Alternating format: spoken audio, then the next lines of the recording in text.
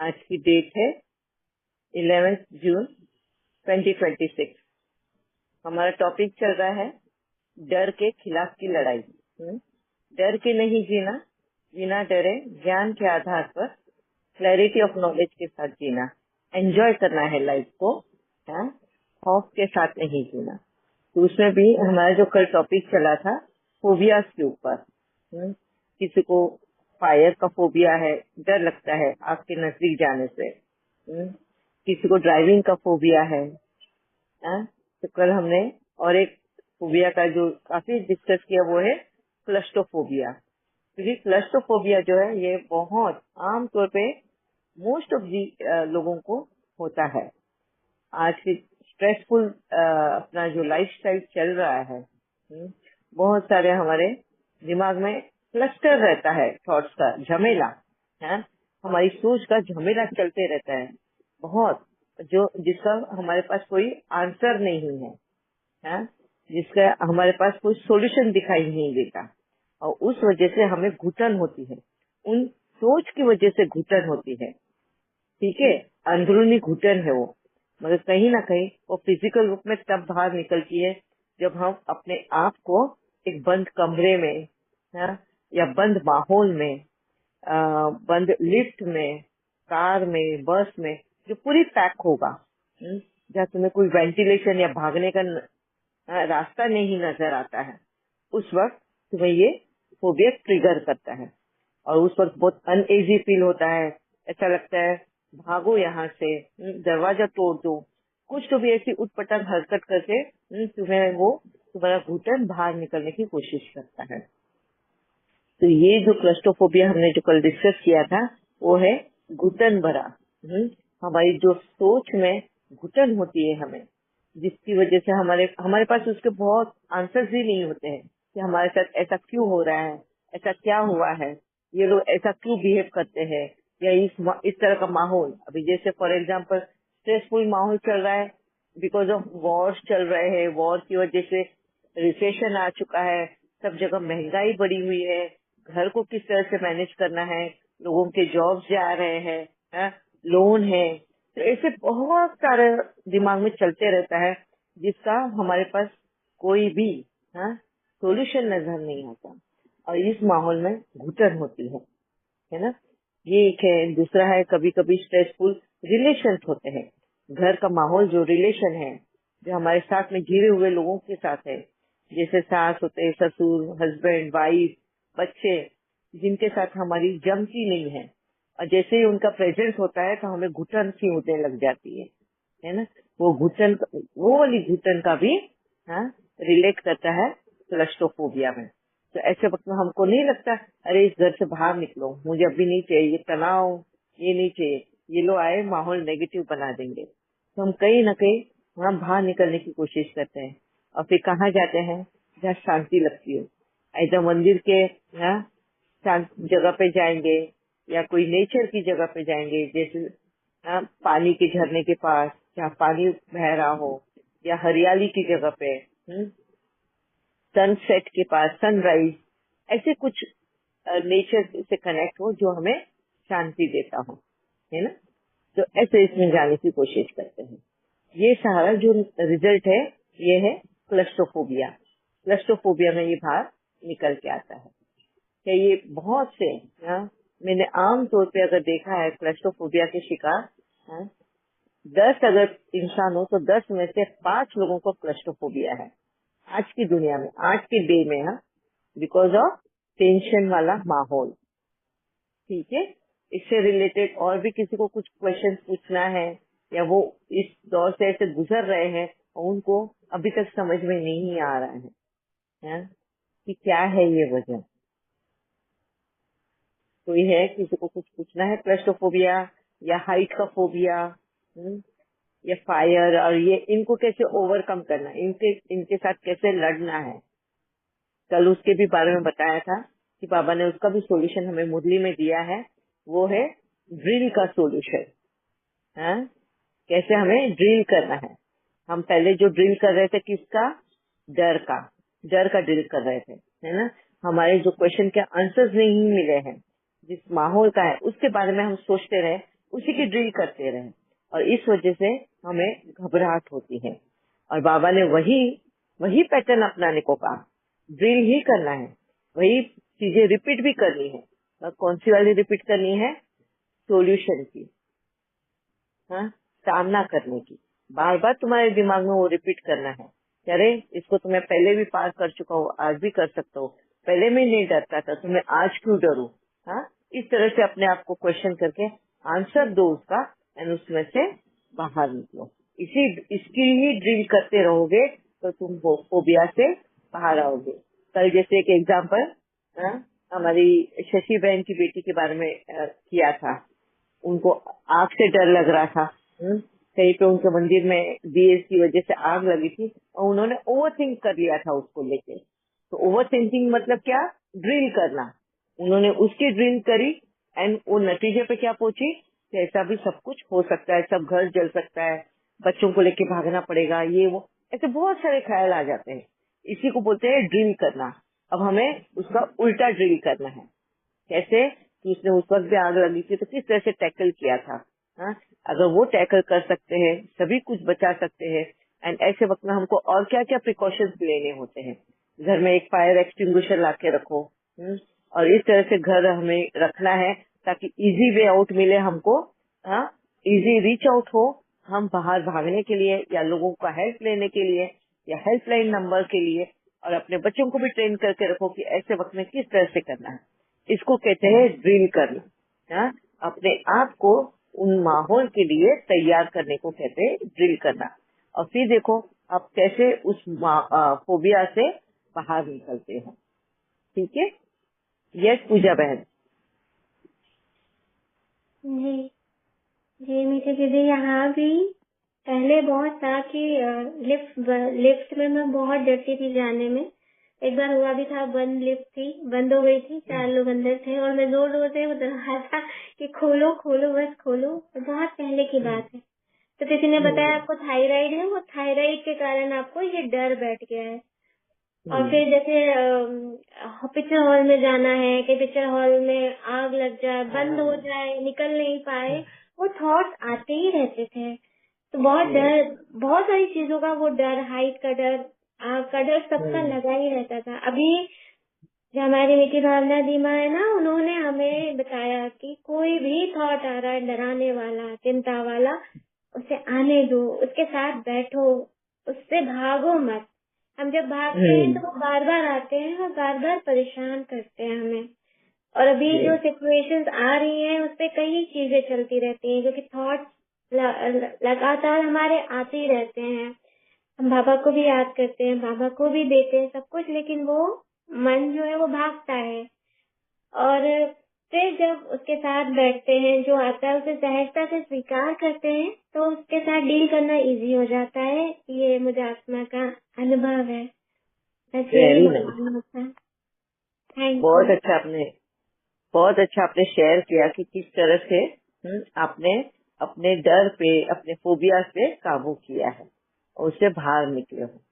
Thank you Pooja बहन, thank you very much. And Bhavana बहन तो खुद भी एक एंजल ही है जो सबको सही रास्ता दिखा रहे हैं। Very nice. उनकी पालना भी अनोखी है। दीदी खुद भी या स्टूडेंट हूँ और सबके सब स्टूडेंट हैं, सब साथ साथ में सीख रहे हैं। कल ही आपको बताया ना कि मुझे भी है ये क्लस्ट्रोफोबिया। तो या ये पॉइंट जो पूजा बहन ने अभी बताया है, इसको हमारे संगठन में काफी अच्छे से प्रैक्टिस किया जा रहा है कि कोई भी चीज आ रही है तो उसको फेस करो, उससे भागो मत। जब तक फेस नहीं करेंगे तो वो सॉर्ट आउट होगी नहीं, उसको हम दबा देंगे, फिर किसी न किसी रूप में वो ऊपर निकल के आएगी ही। तो ये काफी अच्छे से बाबा के बच्चों ने इसको यूज किया है, कर रहे हैं, और इसमें प्रैक्टिस की जरूरत होती है। वो आप जो बता रहे हैं ना, ड्रिल। ड्रिल करो, हाँ, तो ये वो ड्रिल ही है और कुछ नहीं है। लेकिन इसमें करते रहना है, क्योंकि ये जो बातें हैं वो एक ही तरह की नहीं आती ना हमेशा। जैसे आपने यस अभी सारी लिस्ट बताई, तो कई तरह की होती हैं और वो नए नए रूप लेकर आती हैं। तो हर बार हमें वो याद रहे ऐसा भी नहीं होता, लेकिन हम जितना इसको प्रैक्टिस करते जाते हैं उतना हमें ईज नजर आने लगती है। जी। Yes, very nice, thank you Bhavana बहन, थैंक यू।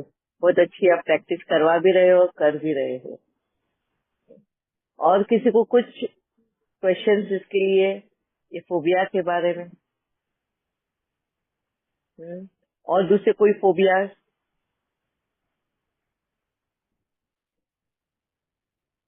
नहीं, ठीक। चले फिर हम अगले इस पे। अभी डर, फोबिया, ये सारे क्लियर हो गया सभी को। किसी को पानी का फोबिया होता है, आग का, हमने तो सारा भी क्लियर किया। फ्लाइट में भी बैठने से डर लगता है, क्लस्ट्रोफोबिया हो जाता है उसके लिए भी, क्योंकि एक बार स्काई में चले गए तो हम तो भाग ही नहीं सकते वहां से, भागे तो सीधा परमधाम पहुंच जाएंगे। ठीक है, ओके। अभी हम नया और टॉपिक लेते हैं। कौन सा लेना है अभी? आप सबको कौन सा वाला पहले? अभी और डर सताता है? You are telling about financial money का बोल रहे थे ना आपने? हाँ, फाइनेंशियल क्राइसिस। यस, किसको किसको डर लगता है फाइनेंशियल क्राइसिस का? और कल भी वो दो बहनें बोल रहे थे, वो ब्लैक मैजिक, भूत प्रेत, ये सब के बारे में भी पूछ रहे थे।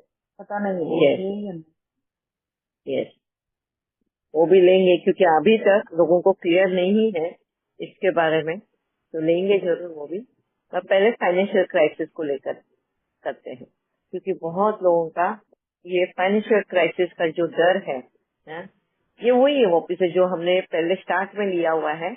कौन सा? दुनिया क्या कहेगी।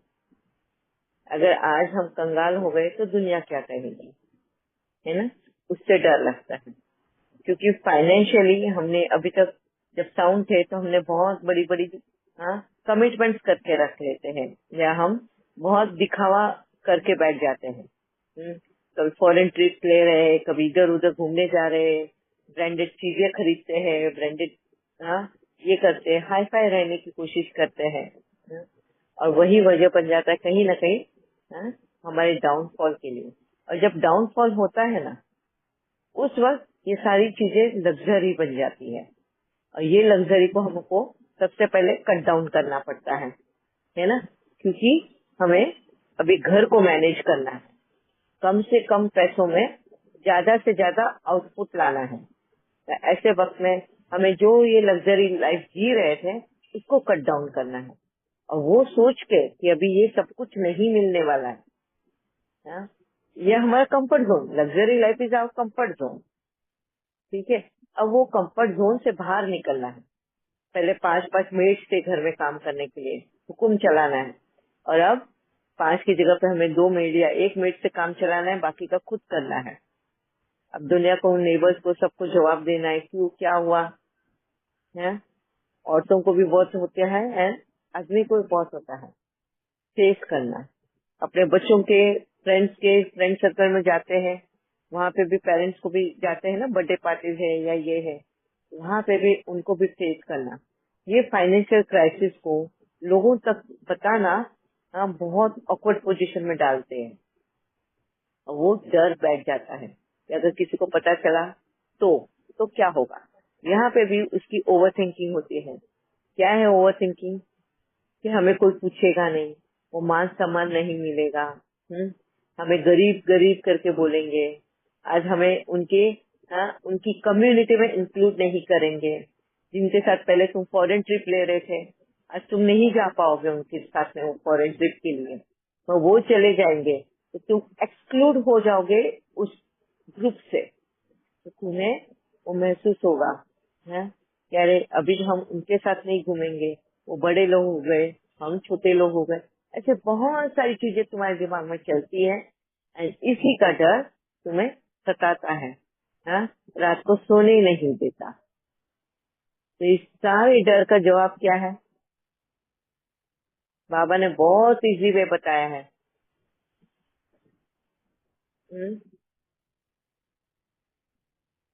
किसने अनुभव किया है उस डर का? मैं अपना ही बताती हूँ। जब मेरा हेल्थ इश्यू शुरू हुआ था ना, तब बाबा ने मुझसे सब कुछ छीन लिया। मैं बाबा का ही नाम लेती हूँ, छीन लिया, क्योंकि मैंने बाबा का ही सुना था। एक एक करके बाबा ने मेरे से सब कुछ ले लिया था। सबसे पहले मेरे सारे शौक जो थे, हाँ, 10 की 10 उंगलियों में अंगूठियां पहनना, गोल्ड की, डायमंड की, बाबा ने कहा ये सारी अंगूठियां निकाल देनी है, हाँ, सारे गहने निकाल देने। धीरे धीरे निकाला, ऐसे नहीं कि एक साथ में करवाया बाबा ने। पहले अंगूठियां, क्योंकि वो इतनी हैवी हो रही थी, मुझे संभालना मुश्किल हो रहा था, मैं बेहोश हो रही थी बीच बीच में, तो वो रिस्की हो जाता था लाइफ को। तो ऐसे नहीं कि वो चुराने के पीछे ही मेरी कोई जान ले ले। तो बाबा ने मुझे वो क्लियर कहा था कि ये सब मत रख, क्योंकि तेरी खुद की हेल्थ अच्छी नहीं है, तू देख भी नहीं पा रही है, तो अपने आप को नहीं संभाल सकती, तो ये सबको कैसे संभालेगी। देखो, कुदरत भी सेम इसी तरह हमारा ख्याल रखती है, पर हम उस तरफ ध्यान नहीं देते हैं। हम ये देखते हैं कि हमारे से क्या छूट रहा है, हमारा देखने का नजरिया क्या होता है, और बाबा ने मेरा नजरिया कैसे बदला है। और यही हमारे साथ हर एक जन के साथ होता है।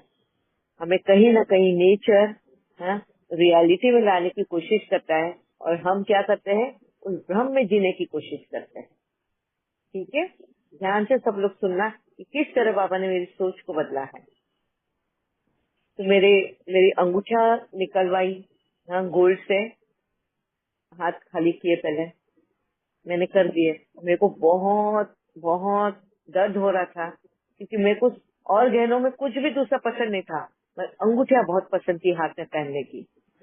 नेल पॉलिश लगाना, नाखून बड़े रखना, बहुत अच्छे से सजना संवरना, बहुत पसंद, बहुत शौक।